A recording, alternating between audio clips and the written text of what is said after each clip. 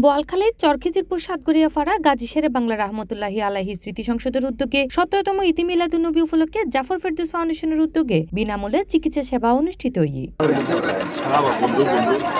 April ২২ তারিখ বুধবার সকালে ডাক্তার রানা দে, ডাক্তার এমজাদ হোসেন টিপু এবং ডাক্তার মোহাম্মদ শাহজাহানের তত্ত্বাবধানে এই বিনামূল্যে চিকিৎসা সেবা অনুষ্ঠিত হয়।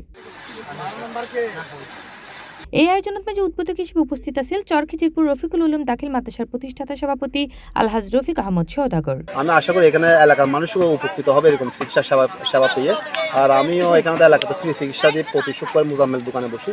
তা এখানে যদি কোনো মানুষ টাকার অভাবে চিকিৎসা করতে না পারে, আমার এখানে গেলে আমি ফ্রি দেখে দেবো। আর বিশেষ করে যদি গ্রামের মধ্যে অনেক হতদরিদ্র মানুষ থাকে যারা সবসময় ফি দিয়ে চিকিৎসা করিবার মতো ওই ক্যাপাসিটি তারা তো না থাকে।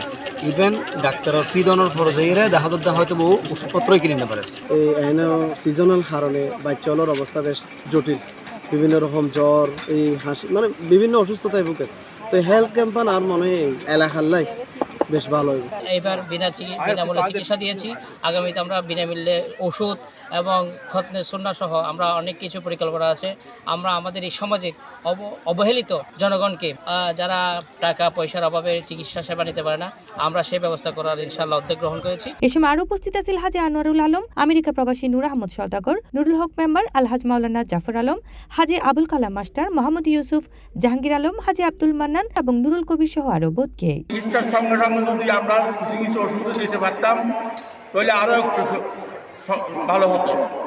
তো তা যদি হয়, আল্লাহ যদি বাঁচায়, আগামী বছর ওই ব্যবস্থা করার জন্য আমি সবার কাছে অনুরোধ করব। গ্রামে যারা হতদরিদ্র অধিবাসী আছে তারা উপকৃত হবে।